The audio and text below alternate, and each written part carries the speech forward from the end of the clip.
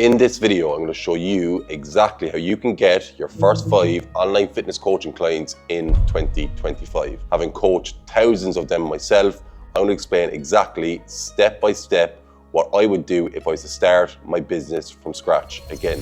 For those of you who don't know me, my name is Darragh Larry. I'm the founder of Excel Coaching Academy, where I'm helping coaches scale their business to 10K per month and beyond, basically starting from scratch. Mark and Amy went from 2K per month to 24K per month.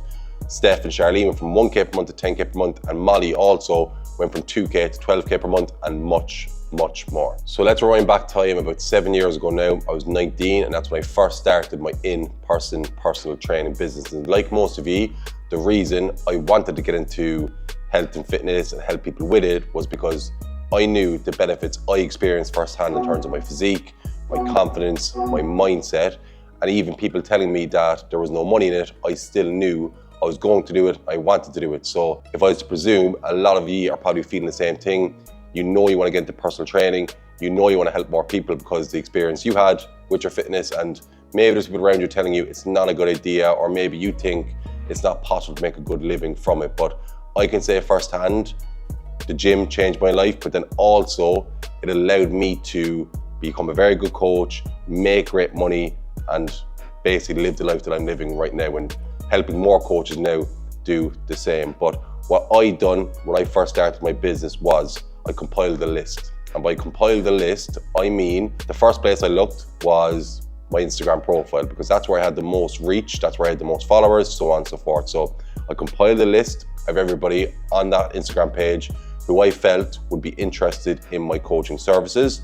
The next place I looked then was my phone contacts. I looked at my emails, and then also my Facebook page as well.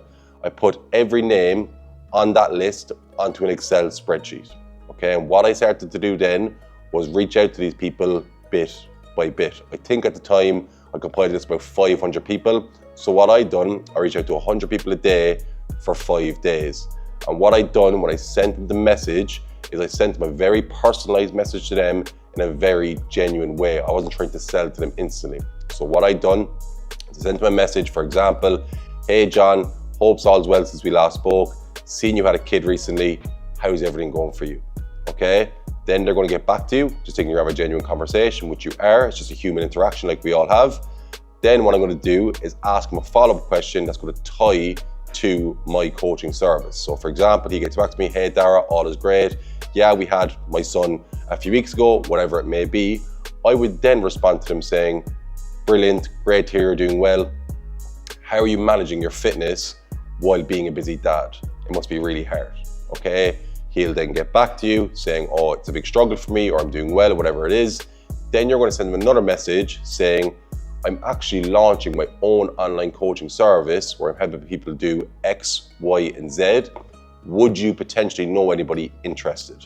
That's the key. You're not trying to sell to him, you're simply asking, would he know anybody interested in your coaching service? Best case scenario, he's going to say, yes, I am interested. Or another great scenario, he's actually going to send you people who'd be interested. But in most cases, he'll actually reply to you saying, that sounds like something I'd be interested in.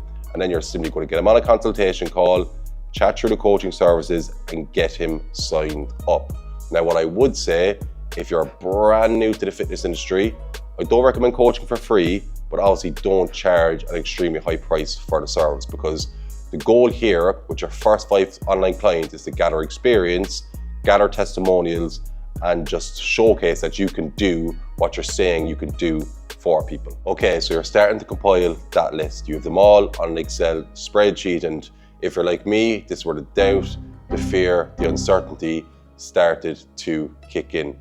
And what I will say, if I'm being completely honest, is it actually took me a few days to send that first message. But sending the first one's hardest. Then once you get the first one out of the way, you'll start to bang them out, okay? And you'll start to get people getting back to you. But if you do want to run a successful online business, or any business in general, you're going to have to get over this fear. You're going to have to get over this uncertainty. And if you truly believe that you can help people, you're holding yourself back if you don't do it, because you're not going to help them achieve the amazing results you achieved at your fitness and change their lives. And you're always going to hold yourself back from running a successful business. Okay, so great. You started sending messages, you got over that fear, you got over that uncertainty, and you took the leap. What's going to happen here now is a lot of people are going to start replying to you, because you'll be amazed the amount of people who would support you when you're first starting your business.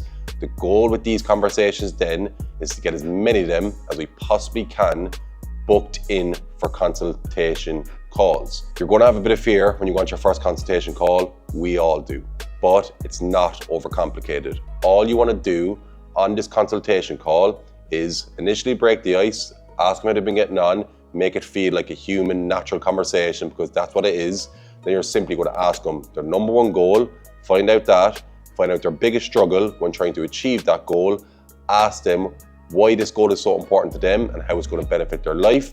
And the key is to really dig deep here.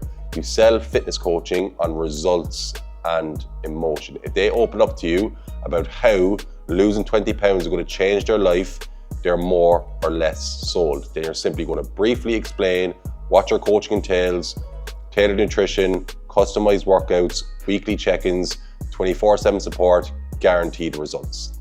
Okay? Then you're simply going to explain your offer to them and try to secure the deal. With your offer, you're simply going to say the price and shut up. For example, brilliant, John, I completely understand your goals. I know for certain I can help you get to your goal. The price to work with me is 12 weeks for 500 euros as an example. That's a great entry point of a price point when you're first starting in the fitness industry.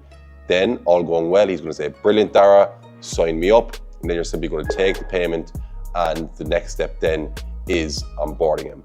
Now, everybody's not going to sign up, but you will get your first 5 clients from doing that if you compile a big list, which we all have a big list. Nearly everybody watching this video, I presume, has an Instagram profile, has phone contacts, has people in their emails. You can guarantee get a few hundred people on the list, and if you get even half of them on sales calls, you're guaranteed going to close a minimum of 5. Now, don't get disheartened when you don't close everybody, because nobody, no matter how skilled at sales calls they are or how skilled of a coach they are, will close absolutely everyone. But what's going to help you close more people is having a proven framework for coaching calls and also knowing how to manage objections. Obviously, I briefly explained how to conduct a consultation call, but you also need to know how to manage all objections. There's only 5 ones you'd really get. Financial, I need to speak to my partner. Time, they don't have enough time. I will start when, or I don't know if this is going to work for me.